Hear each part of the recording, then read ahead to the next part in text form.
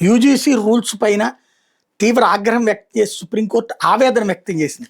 విద్యాలయ ప్రాంగణాల్లో కులాధారిత వివక్ష నిరోధించేందుకు university grants commission నూతనంగా రూపొందించిన సమానత్వ నిబంధనలు లోపభూయిష్టంగా ఉన్నాయంటూ తీవ్రంగా తప్పుపట్టింది. వాటి అమలు మీద స్టే విధించింది. ఏకంగా ప్రధాన న్యాయమూర్తి జస్టిస్ సూర్యకాంత్, న్యాయమూర్తి జస్టిస్ జోయ్మాల్యా బాగ్చి ధర్మాసనం గురువారం మేరకు నిర్ణయం వెలువరించింది.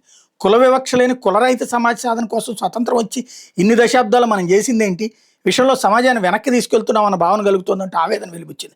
యూజీసీ సమానత్వ నిబంధనలో వాటిలో వాడిన భాషలో చెప్పలేనంత అస్పష్టత ఉందంటూ ధర్మాసనం ఆక్షేపించింది. అంతేగాక ఈ దశలోనే మేము కనుక కల్పించుకోబోతే నిబంధనలు దారుణ పరిణామాలకు దారితీసేలా ఉన్నాయి, అంతిమంగా సమాజంపై ప్రమాదకర ప్రభావం చూపడమే కాక దాన్ని విభజించేలా ఉన్నాయంటూ దుయ్యబట్టింది. నిబంధనల మీద నిపుణుల కమిటీ లోతుగా అధ్యయనం చేసి సరైన మార్పు చేర్పులు సూచించాల్సిన అవసరం ఎంతైనా ఉందని చీఫ్ జస్టిస్ అభిప్రాయపడ్డారు. లేదంటే కొందరు వాటిని దుర్వినియోగం చేసే ఆస్కారం చాలా ఉందని స్పష్టం చేశారు. ప్రఖ్యాత న్యాయకోవిధులు, సామాజిక స్థితిగతులపై సమగ్ర అవగాహన ఉన్న నిపుణులు ఇలా ఇద్దరు లేదా ముగ్గురితో కమిటీ ఏర్పాటు కావాలి.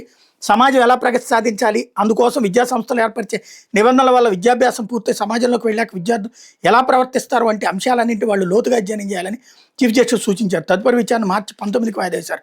సమానత్వ నిబంధనలు సవాల్ చేసి దాఖలైన పిటిషన్ మీద అలాగో స్పందిస్తూ కౌంటర్ దాఖలు చేయడానికి కేంద్ర ప్రభుత్వాన్ని యూజీసీని ఆదేశించారు. రోహిత్ వేముల కేసులో సుప్రీంకోర్టు ఆదేశించారు. 2012 నాటి నిబంధనల స్థానంలో కొత్తగా సమానత్వ నిబంధనలు జనవరి 13న యూజీసీ అమల్లోకి తేవడం తెలిసిందే.